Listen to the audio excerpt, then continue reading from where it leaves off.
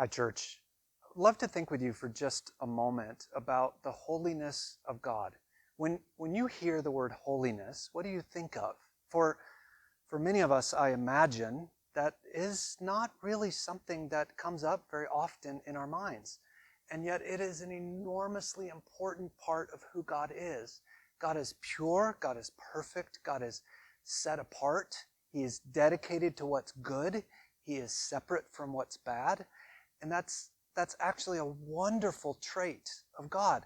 Imagine a God who is infinite in power, who's everywhere, who sees everything, who knows everything, and yet who isn't pure, who isn't holy. That would be terrifying. And yet, for many of us, perhaps holiness isn't something we find all that inviting. It's not something we aspire to. It's a concern that we have. Did you know, a friend, that the holiness of God is actually a holiness that is an inviting holiness? Part of what drew people to Jesus during his earthly ministry was the fact that he was holy, that they knew he was different, he was set apart, he would treat them right because he's a person who's holy. And in that way, the holiness of God is actually incredibly inviting. There's a very famous scene in the book of Luke where a prostitute comes to a dinner that Jesus was having in a Pharisee's house. And the Pharisee thought of himself as holy, and yet as that evening went on, a woman came in, a prostitute. She began to anoint Jesus' feet. She found his holiness compelling.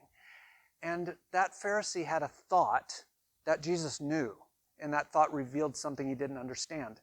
My buddy Carter is going to come over here now, Carter Ward, and he's going to read for us the thought that Pharisee was having. Would you read for us? If this man were a prophet, he would have known who and what sort of woman this is who is touching him, for she is a sinner. Thank you, buddy. That Pharisee, as he thought about Jesus, as he thought about who God was, he thought, well, if Jesus knew what kind of woman she is, then he would want to stay far away. And yet that's not how the holiness of God works. The holiness of God desires to envelop sinners in and redeem them and cleanse them.